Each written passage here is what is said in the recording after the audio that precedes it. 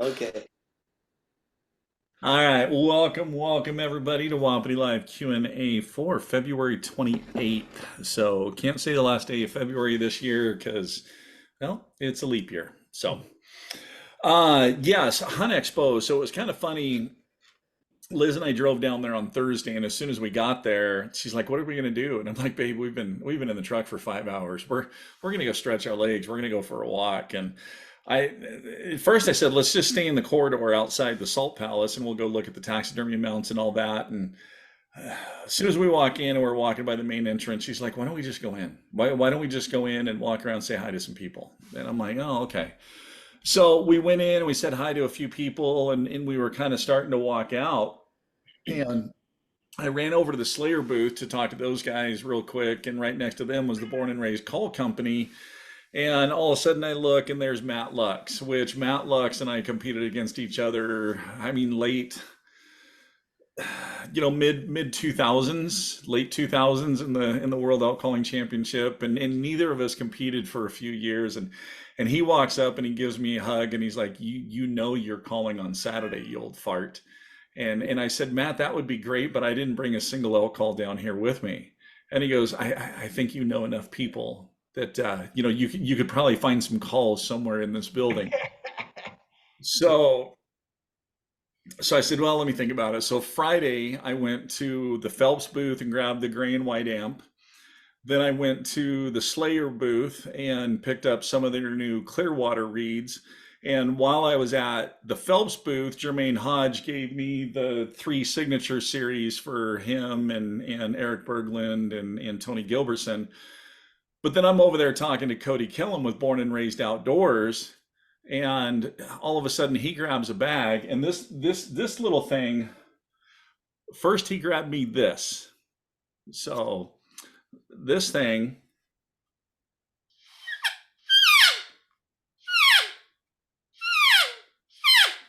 really, I mean, I'm still playing around with it, but less is more. It doesn't take much pressure at all. But this on doing a calf distress is phenomenal for calf distress calls. But anyways, Cody all of a sudden just loads me up with every single diaphragm reed the Born and Raised Call Company makes and their grunt tube. And so I looked at Liz and I said, "Okay, give me 10 minutes. Well, we went back to the hotel room and I said, "Give me 10 minutes. I'm going to run down in the parking garage and just see if I can figure out which diaphragm reeds sound halfway decent to jump on stage for this calling competition." I already knew I was going to do my cow routine on the gray amp because that reed is like a 7 iron in my golf bag. It's just automatic and perfect every time. But the others, I had 12 diaphragm reeds laid across the seat of my truck to figure out what the heck I was going to bugle on. And I also got this tube in as soon as we were walking out the garage to head down, and this package shows up. So these guys that reached out to me and Corey Jacobson, there's only two of these in existence right now. Good one. It's completely 100% aluminum. So It looks like your water funnel.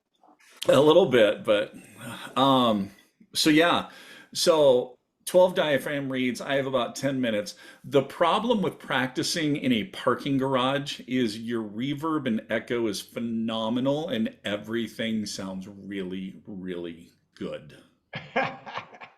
So, but I had it down between two reeds. They were both from the new Slayer Clearwater, and so then Saturday, the day of the competition, went and checked in, drew numbers, and then I went out and I'm like, okay, I got to decide which one of these I'm going to bugle on. And yeah, stepped up on stage and pulled third place in the worlds or in the pro division with not competing for 6, 7 years. Had 10 minutes to figure out which diaphragm reads. And actually, there was a lot of people that were sending messages. They were like, "There's no way you got third. You smoked everybody on this. No touch." Woohoo! Good job. Congratulations. Thank Good you. job. But yeah, this is from the Clearwater. This is called the Maniac. So, man, that thing.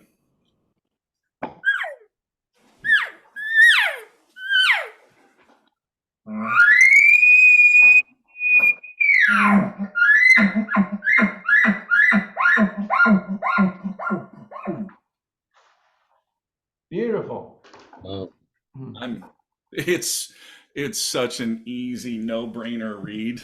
So, but I was nervous because I was like, I don't know how much I can push this thing because I really haven't ran through it, but it was a lot of fun. And I said, okay, next year I will really dial in the read. I will figure out my routine and I'll take my competition tubes and I'll get up on stage. And I was joking with Liz and I said, and I probably won't place.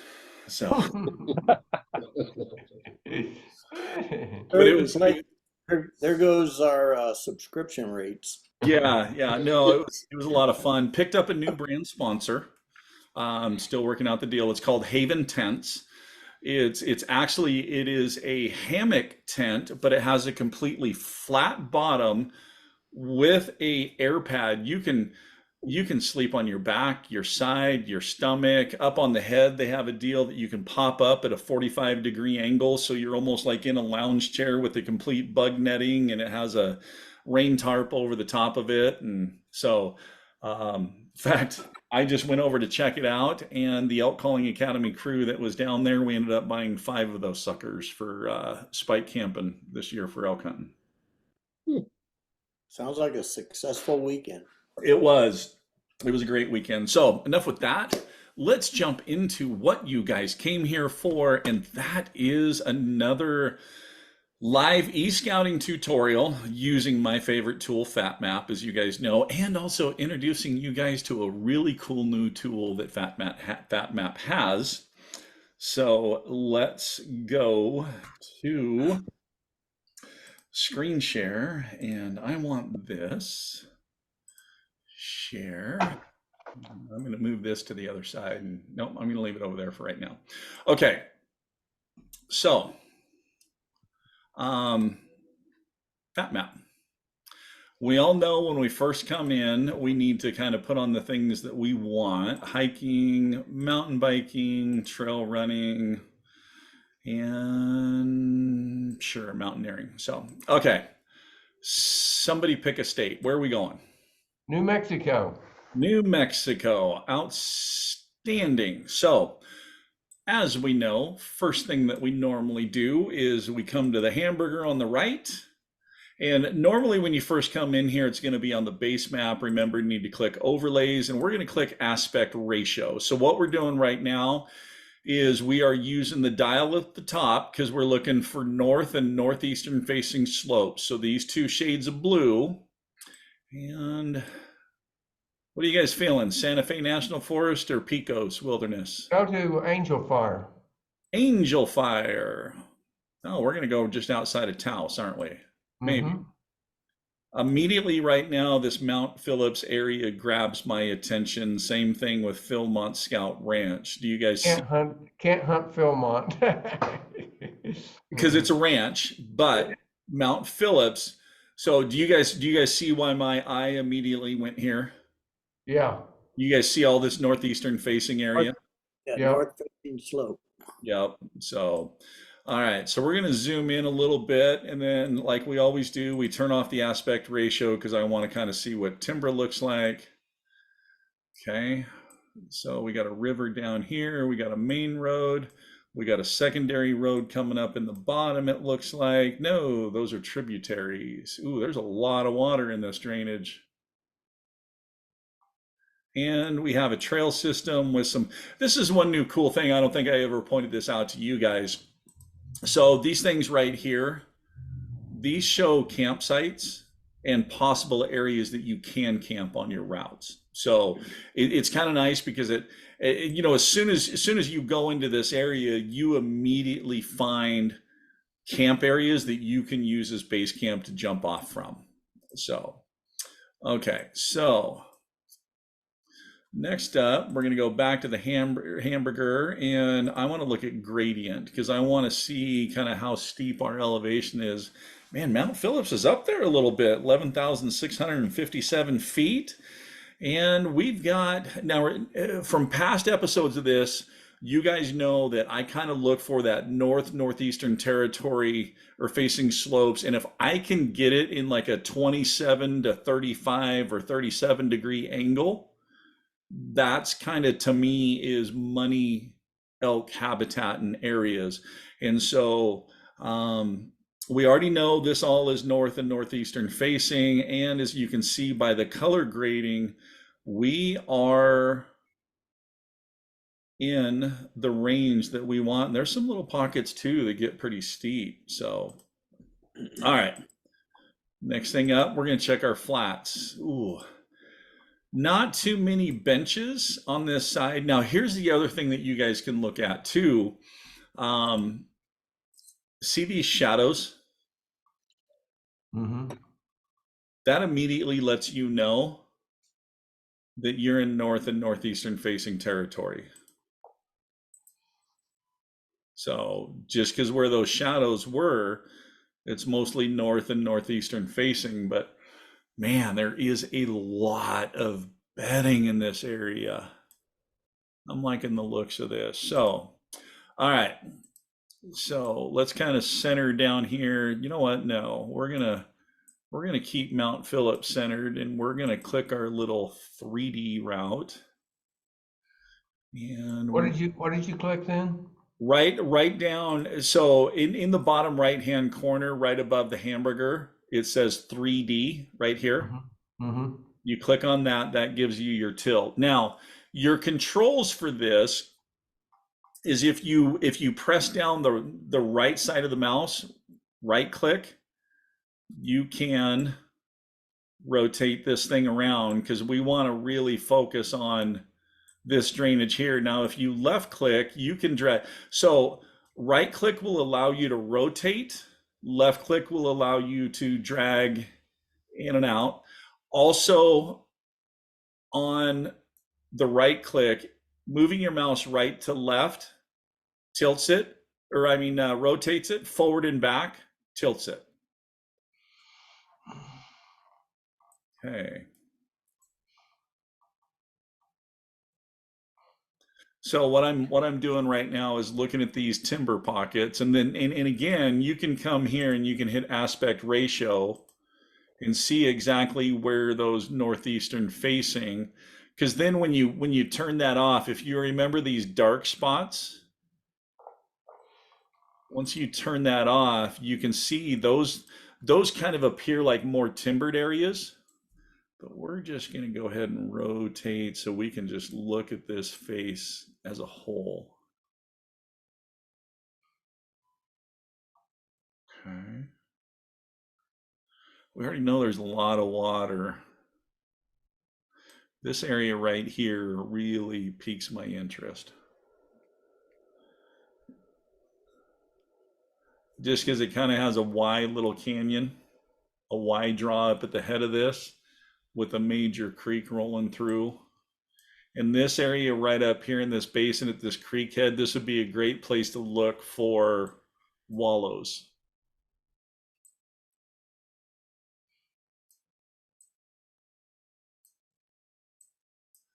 Same thing with this.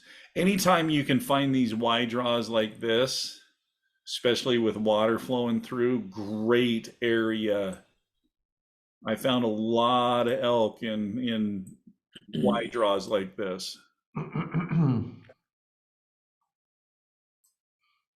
I think you'll find in that area most of the time there's not water flowing through there. So they're more probably intermittent streams. Yep. Yeah. But that's okay because those intermittent streams, if there's, because I'll tell you right now, you're looking at this, there is a pile of water in this. So if that's not the case, then that's going to tell me, okay, if these by September turn into intermittent streams, man, I'm going to focus on those pockets where those streams are above ground Mm-hmm. and focus on those for water sources because those would be good areas. Okay. Well, I am seeing things that I like, so we're going to go back to 2D. Now, remember, when you put it 2D, it does not always snap back to north. You have to come back up here and click on this Mm-hmm. to get the red facing up. So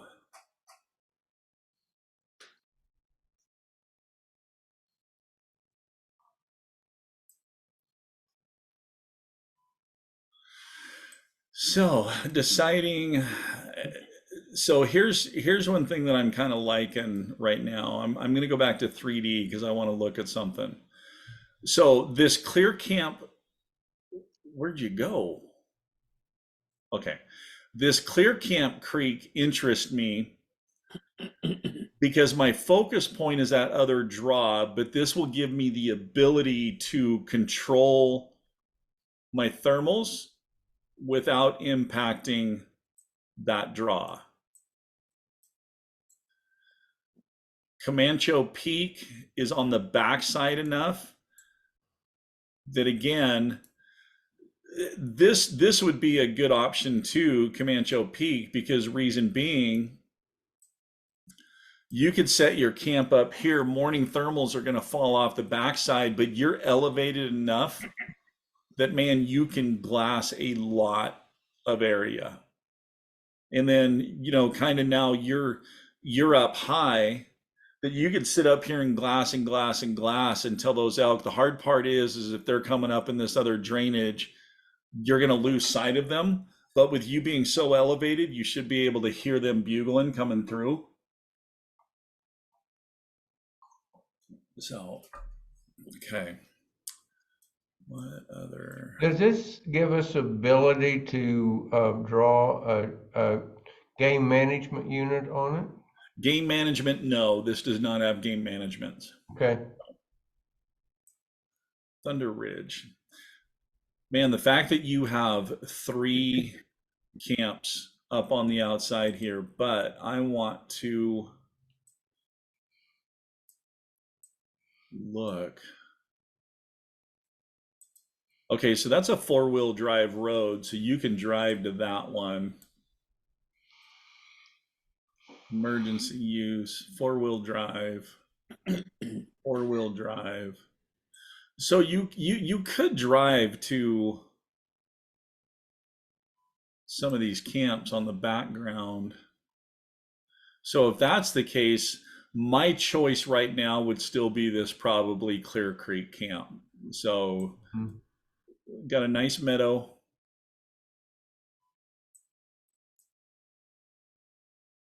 Got some horse trails that take off right there. So you got some trails for getting up and accessing in there. Look at that. Did you guys see that? Right from this camp, you can hit this trail right here. So with morning thermals blowing down, you could basically come right in and access this and then up into those draws down below Mount Phillips.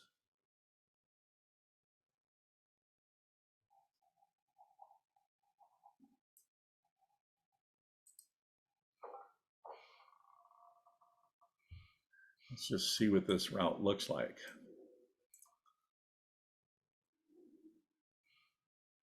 So it's basically just following a ridge line up through a saddle. There's a good chance too that you could have elk crossing over, feeding on this face and then popping back and over, and from your camp you're just following them right around. Okay, and then it stays up on the ridge. Okay, so it doesn't actually drop down in there. So that's going to be, you're going to want to time it when thermals are coming up. Okay. All right, snap this back to the north. So we're going to do something a little different here. We're going to focus on our camps, and we're going to look at a couple of things because we got a main road with a creek or a river. Pull out right there that could be a potential camp spot. Clear Creek Trail, another trail that's taking you right up through the bottom. Okay, so zoom out so we got our mountain peak. Okay, you guys ready to see this new tool? Yeah. Mm-hmm. Okay, down here in the left-hand corner. So let me do this first. So right here, you can actually drop waypoints in here. So if you had a camp off the beaten path, you could drop camps. And then the cool thing is you can also export your waypoints and then upload those into OnX. And there is a video in the Elk Calling Mastery blueprint that goes through that. But new tool down here in the left-hand corner where the hamburger is, there's this little pencil, and we're going to create a new route. In our activity, we're going to choose hiking, and we're going to click draw route. Now, as soon as you do that, these three icons come up top. The one thing you are going to want to do is you're going to want to come to this middle one, and you want to turn snap to off. And I'll show you in a minute why you want to do that. So we already know that trail kind of takes off from here. So now, can you guys kind of see how those lines just aren't straight? They kind of have a wave to them. Mm-hmm. They're taking into consideration your terrain. Okay. Let's say hypothetically we want to start, oops, double click to end it. So now here's the cool thing. Down here in the left-hand corner, it's telling me this route is 3.4 miles long. It's going to take me about 2 to 3 hours to hike.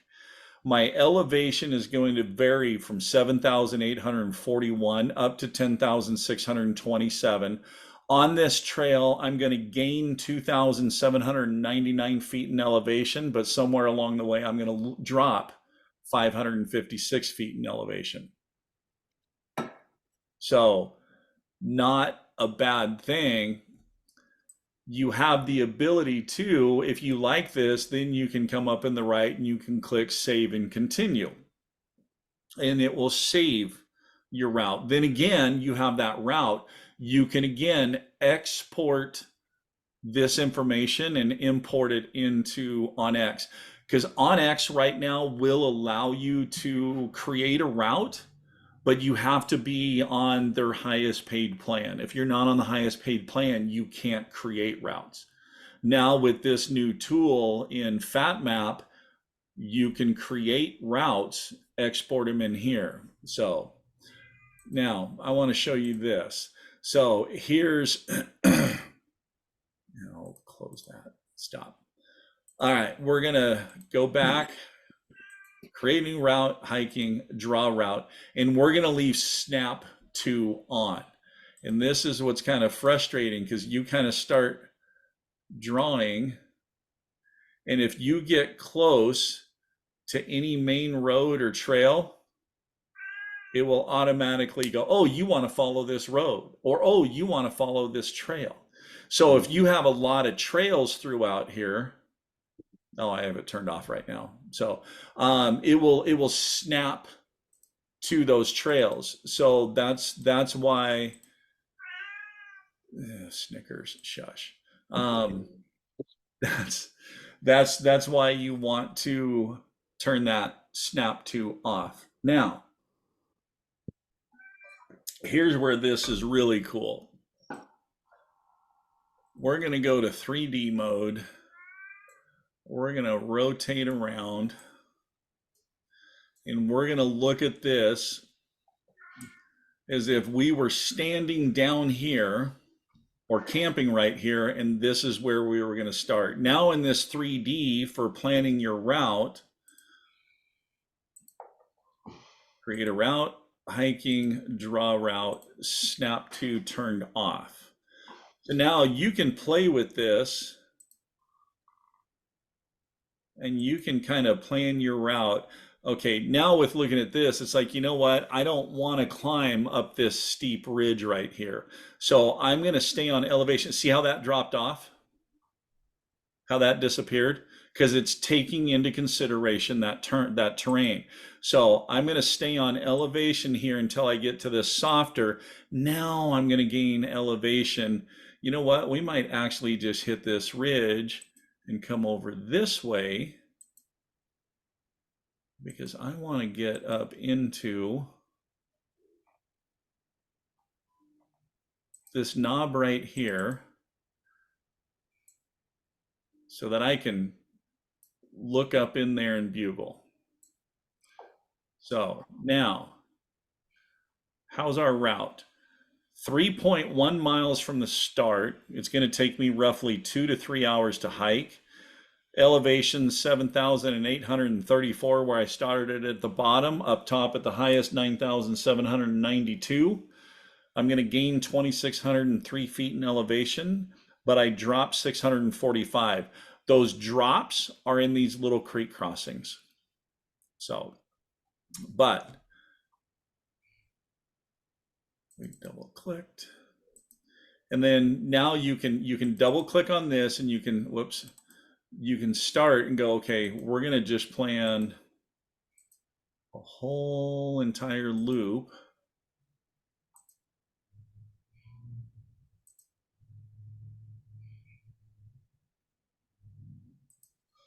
Where I work this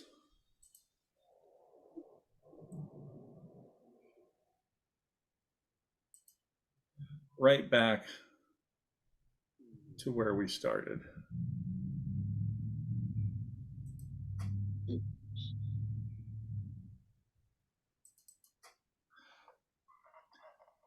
So now we have a 7 or 8.3 mile loop, 6 to 7 hours. But if you were doing this as a full day loop, you got plenty of time to take your time and pick through this. But whew, good lordy, gaining 4,349 feet in elevation and dropping 4,252 feet in elevation. That's a pretty good day right there. That's a booger. That's a booger. Yeah. Yeah.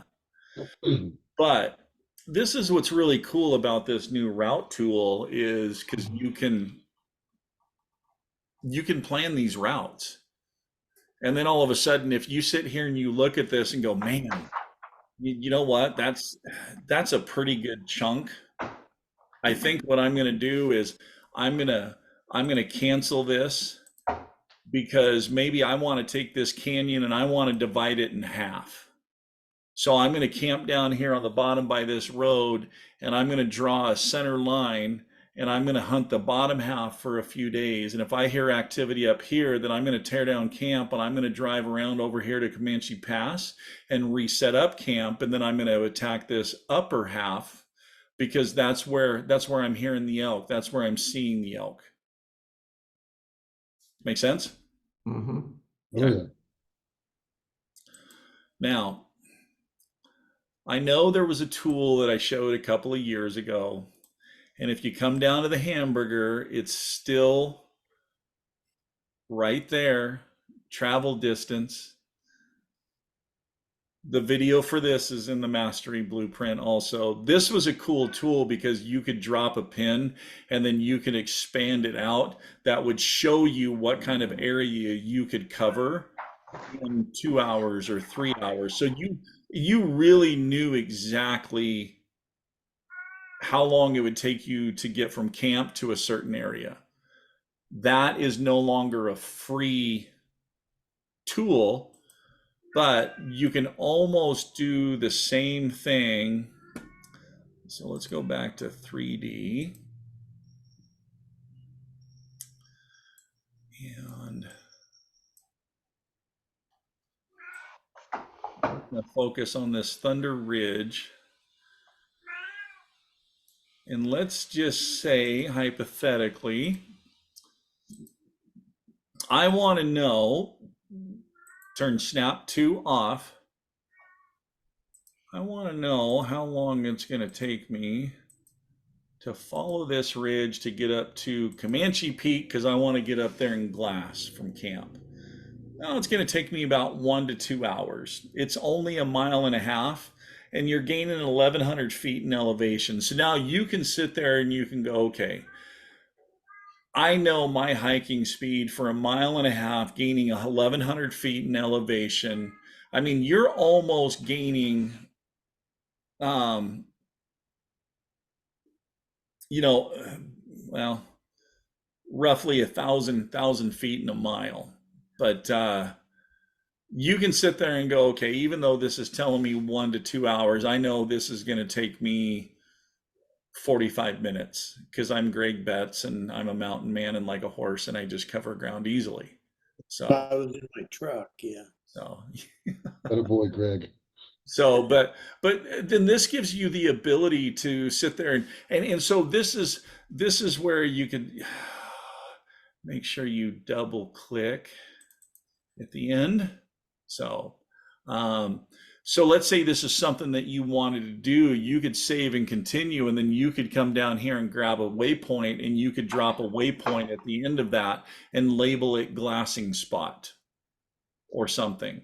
So now you could name this as glassing spot trail or glassing spot route.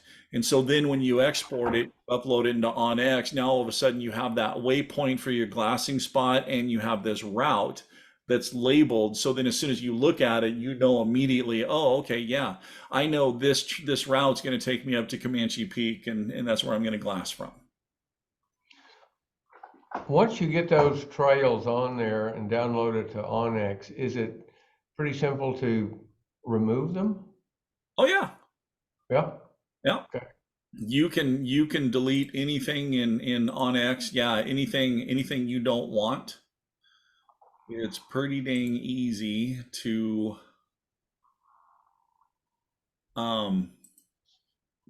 delete them. Same thing in here too. You can delete them. Now it is free to set up an account in FatMap. Before you could just come in and use it. Now it actually makes you create an account. So Oh, that's what they do now? Because got on it and I'm like, what is this now? Okay. yeah. Okay, Yeah, they force you to give up your name and information and your birth date.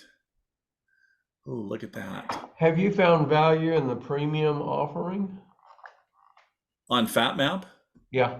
there's enough tools that are free that I don't see need to pay for it right now.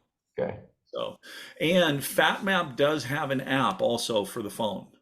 So, if you wanted to stay just in FatMap and not crossover, have to export and upload to OnX. It does have the app. The one thing I've seen in the app though is you need to have cell service. It's been a while since I've gone into the app and played. They might have the ability to download offline maps now. I don't know. But Larry, to kind of answer your question earlier about game boundary units, that's one thing that OnX is great for.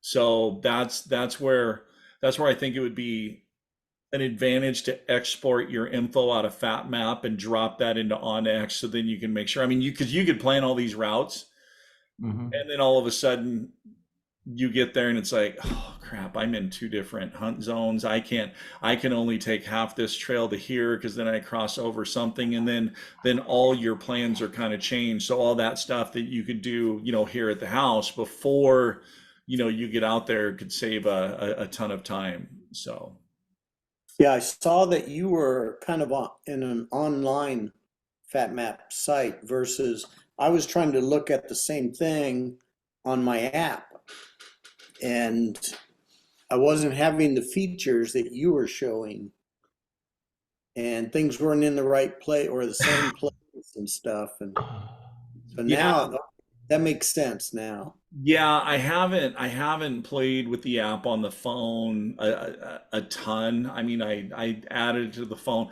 I've used OnX since they started.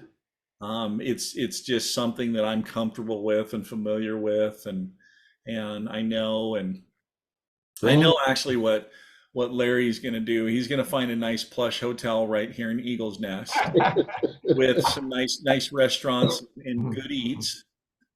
and then he'll make the drive up to some of these access points in the mornings. So I think he Hey, got I've hunted right there by Eagle Nest. Mm. yeah, Yep. Green Mountain, Virginia City. There we go. More like just to the west of Eagle Nest. Touch Me Not Mountain. Huh? Upset. Taos Peak, Taos. Ooh, boy, that's a good looking area over there too. Of course, I've hunted that too. you could always come over here to the ski lift and see if they'd fire up the chair and take you to the top, save you a hike. There's some pretty tall peaks here. Yeah, there are. Yeah, no kidding. It's up 12,000 feet. That's Wheeler, isn't it? Dang. It's 12,000. That's an interesting depression right there. That's quite a canyon there. Yeah.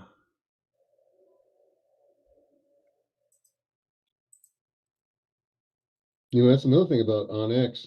I was out javelina hunting last weekend, and we were using it. We were on BLM land. You could tell it all right on it. 400 yards that way, and you're off BLM land. You're on private land. Oh, really? It tells you Yeah. right mile the other way. It was is it was pretty really, cool. really good for that. Will FatMap show you where you are when you're in the unit? In the app, yes. Oh, wow. That's the one that we use quite a bit is FatMap. Do you? Huh. So here's a trail already. East Fork Trailhead. So just by clicking on that trail, it immediately tells me that that's a 13.3 mile loop. Gaining 2,800 feet. Huh. Interesting. What kind of a trail is that's just a hiking trail, right? Yeah.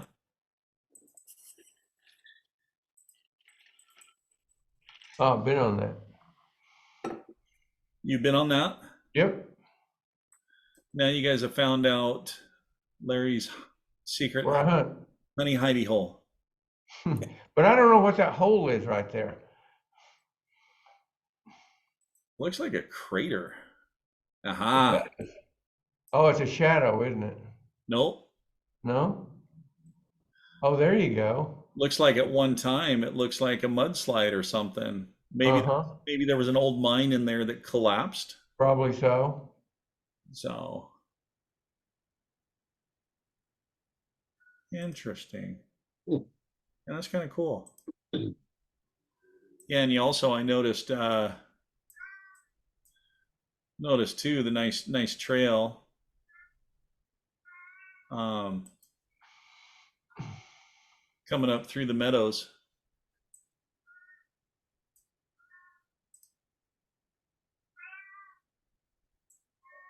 Now I see why he's over on this side, guys. Look at how gently rolling that was. Here I was looking at death on the other side, and man, this you could hike for days.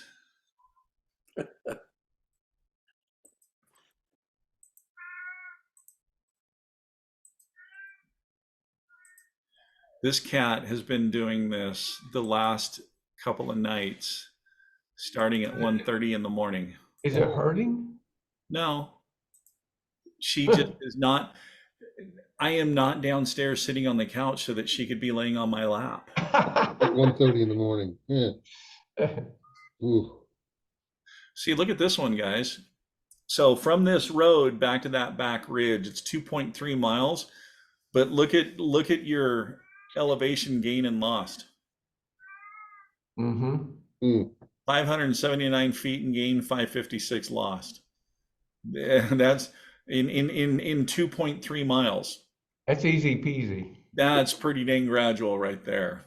So, and what do we think? What are we thinking? North, northeast? Mm-hmm. North, northeast, and west. Actually, with a little bit of southern facing. So, huh. All right. Well, there you go, guys. Thank you. There's another eScouting tutorial and introduction to a new little route planning tool that FatMap has. That's So cool. Yeah, That's it's pretty good. good. I like the fact that it takes the terrain into account.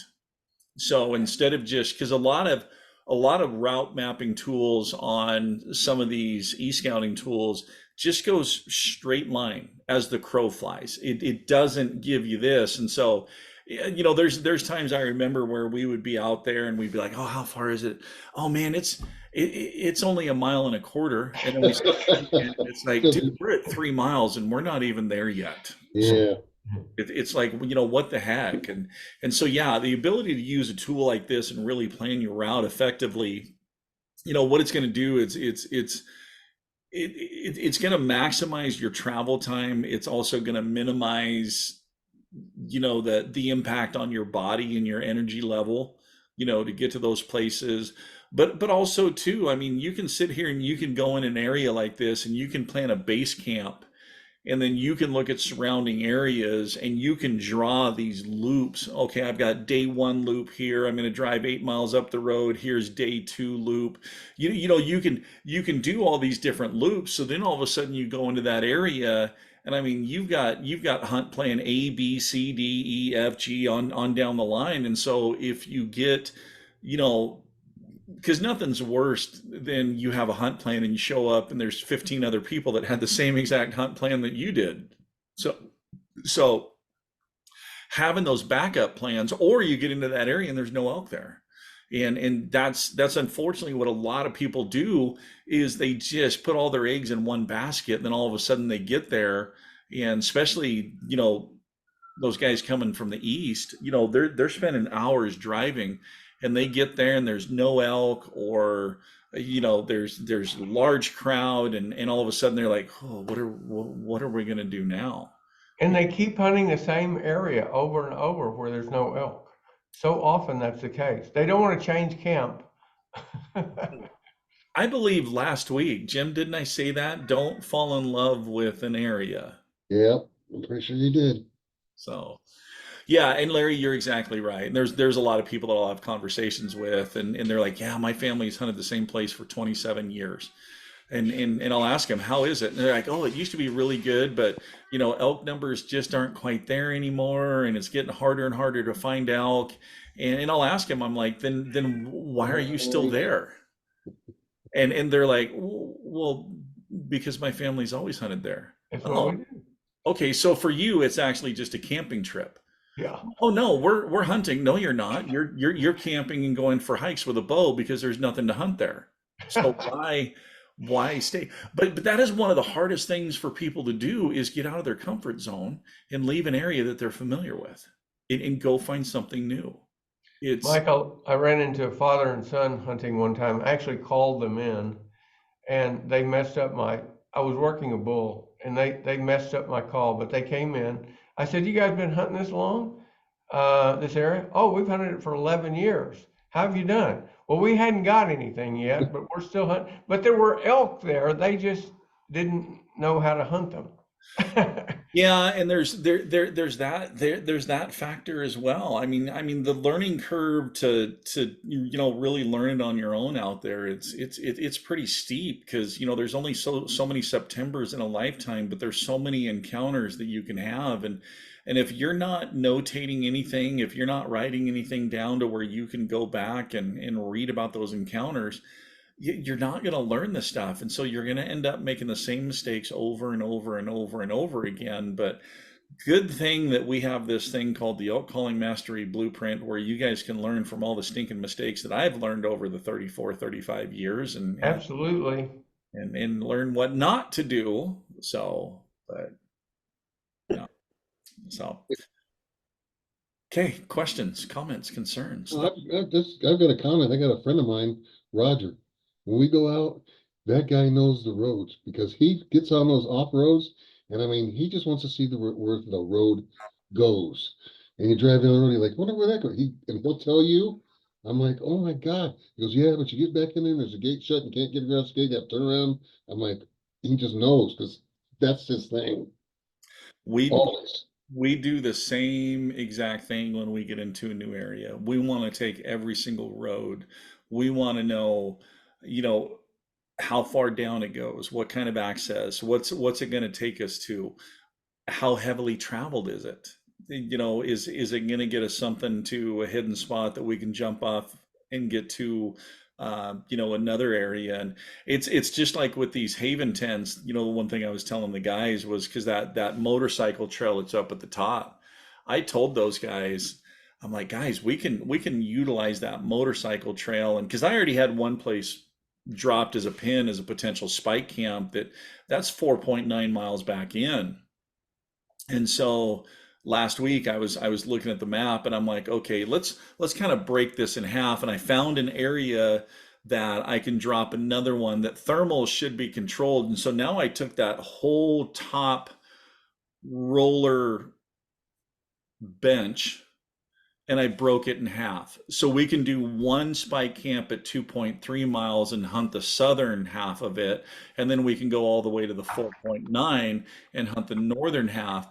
But the thing I did on both of these is I made sure from camp that there's a knob that we can get up to and we can glass, because those elk go down off the face and out onto the flats and feed, and then they work back up in there. So, you know, I told these guys, look, now we have two camps breaking this in half that we can just basically sit on that knob, listen to those elk come off the flats, come up the draws, and wait until they're getting up close to us. And then we can circle around to get the thermals where we need it to. And then all of a sudden, we're moving in and engaging them as they're starting to settle down in their bedding area. And we're not having to start from the bottom and chase them up through all that. So, but it also gives us the ability that not only do I have this now broken in half for north half, south half, but now I have the motorcycle trail up top to hunt from the top, and we have the road down at the bottom to hunt from the bottom up. So again, it's one of those things that even if we didn't spike camp, that 2.3 mile ride, we could send half the team down the road hunting from the bottom and the other half up at the top, and just have those elk right in between us. And so it exactly to your point, Jim, is you know, looking at all these roads, and we've ridden or taken the generals on a bunch of them. But I noticed the other day, all of a sudden I was like, oh, I never noticed that road before. Well, I mean, I noticed driving by, but I was like, it's probably just whatever. But now looking at it on the map, I'm like, man, this gets into a square section right in between the private. It's almost like a little peninsula, but that one place that I bugled at last year that had 9 bulls bugle in the dark an hour and a half before light. I'm like, that road will put us really close to those 9 bulls. And you don't see a lot of traffic on this road because I'm sure everybody else thinks the same thing. Yeah, doesn't go anywhere. It doesn't go through. It doesn't connect with anything. Perfect. Keep thinking that. Stay off of it because we will go back in there and work that peninsula. So, okay. Anything else? I was just looking at the Haven tents. They're fascinating. Did you get the Works bundle? Yes. Essentials for what is included in the Works bundle? So basically, the kit that we have has the hammock with the bug screen, the top rain fly, the air mattress, the tree straps, carabiners, stakes, and I think paracord too, so that we can tie down, you know, the flaps on the rain fly. The rain fly can also drop down on the sides, and it just kind of knobby pins in. And so Mhm. that way, if you're in a really bad weather, instead of having that up here, you can put that all the way down. So This shows this one strung about 4 feet above the ground, which I'm wondering how do you get in that thing? Well, they actually recommend when you do it, don't set it up more than 2.5, 3 feet off the ground. Yeah, yeah. Yeah. That's great. That's fascinating. But they have, they have the synthetic fabric, and then they also have the canvas. And so the synthetic fabric, the whole setup is about 7 pounds. So it's not really something for backpacking, but and then the canvas one is about 12 pounds. And we were going back and forth, and the canvas one was only going to cost us $10 more, and canvas does a little bit better for water retention and longevity and all that stuff. And I was like, guys, the fact that we're going to be using these with the electric motorcycles, we're not using them for backpacking. Who cares about an extra 5 pounds when you're riding a motorcycle? So Yep. go Yep. with the bigger one, go with the canvas, and plus that canvas smell, that takes me back to the early days with my grandfather of wall tent. It does. That was elk camp. That is a smell that is forever ingrained in my brain that I just absolutely love. Oh yeah. I got a buddy that camps in this tent, and I always go over there and go, Dave, can I get a canvas high real quick? Yep, exactly. Exactly what you're talking about. All right, guys. Well, we will wrap it up for tonight. Thank you for tuning in. I will get this replay uploaded. And yeah, so. Hey, before you leave, hit one more call with that, one more bugle like you did at the first. That was really cool. Do that again. Let's see how the logger sounds. The logger by whom? By Slayer. Okay. It's part of their new Clearwater series.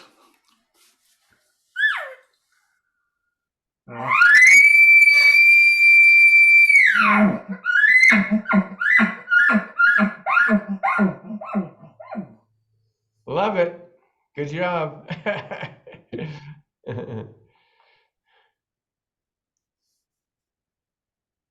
Uh-huh.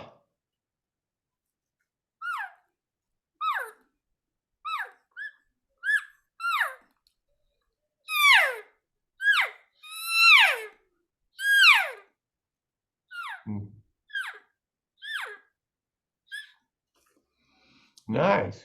You barely breathe on that thing. And then here's one more of theirs that I have out of the package. This one's a really heavy latex.